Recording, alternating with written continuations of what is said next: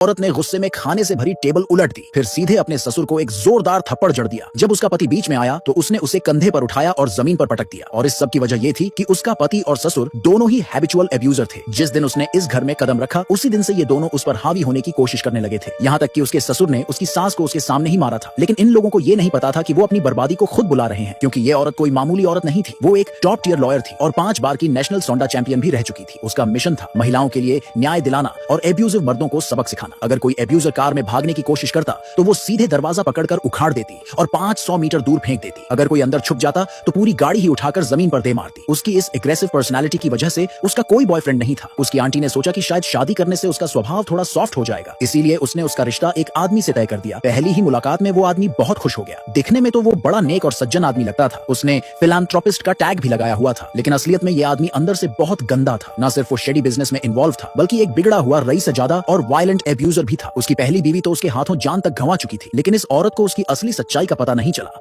और वो अगले ही दिन उससे शादी करने जा रही थी। उधर लड़के का पूरा परिवार पहले से ही प्लान बना चुका था कि इस औरत को अपनी नौकरानी बना देंगे। शादी के बाद लड़के ने जिद की कि वो उसे सीधे अपने घर ले जाएगा, क्योंकि घर की सारी नौकरानियां तो उसके मारपीट से पहले ही भाग चुकी थी। जैसे ही औरत ने उस घर के आंगन में कदम रखा, उसने चारों तरफ आगे पीछे सिक्योरिटी गार्ड्स देखे। उसे खुद पर काबू नहीं रहा। उसके दिल में एक अजीब सी जिज्ञासा उठी, लेकिन फिर अचानक घर की आखिरी बची हुई नौकरानी गलती से उससे टकरा गई। उसी पल उसे महसूस हुआ कि कुछ तो गड़बड़ है। डरी सहमी नौकरानी तुरंत घुटनों पर गिर गई और रहम की भीख मांगने लगी। मर्द ने झटपट एक झूठ गढ़ दिया कि इसके पति ने इसे सालों तक मारा पीटा, जिससे ये डिप्रेशन में चली गई है। औरत ने उसकी बात बिना शक किए मान ली, लेकिन जैसे ही वो दोनों वहां से निकले, बॉडीगार्ड्स ने नौकरानी को बेहोश कर दिया। जब औरत पहली बार अपने ससुराल वालों से मिली तो ससुर ने उसे सीधा किचन में भेज दिया। जरा अपनी कुकिंग स्किल्स दिखाओ। साथ ही उन्होंने पूरे खानदान को खाने पर बुला लिया और औरत को एक्स्ट्रा डिशेस बनाने का हुक्म दिया। बेचारी सास, जो पहले ही बहुत कुछ झेल चुकी थी, डर गई कि कहीं नई बहू गलती कर बैठी तो उसे भी सजा मिल जाएगी, इसीलिए वो भी भागती हुई किचन में मदद करने आ गई। लेकिन औरत की नजर उसकी बाजू पर पड़े चोट के निशानों पर पड़ी। सास ने जल्दी से बहाना बना दिया, अरे कुछ नहीं, मैं गिर गई थी, इसका तेरे ससुर या पति से कोई लेना देना नहीं है। औरत ने ज्यादा सवाल नहीं किए और जल्दी से शानदार खाना तैयार कर दिया। लेकिन जैसे ही खाना टेबल पर आया, रिश्तेदारों ने ताने मारने शुरू कर दिए। सिर्फ 10 डिशेस? ये हमारे लिए काफी नहीं है, 10 और बना कर लाओ। इतना ही नहीं, उन्होंने उसे अनपढ़ बहू तक कह दिया। तुझे तो घर के नियम कायदे तक नहीं पता। जब सास ने बहू के बचाव में कुछ कहा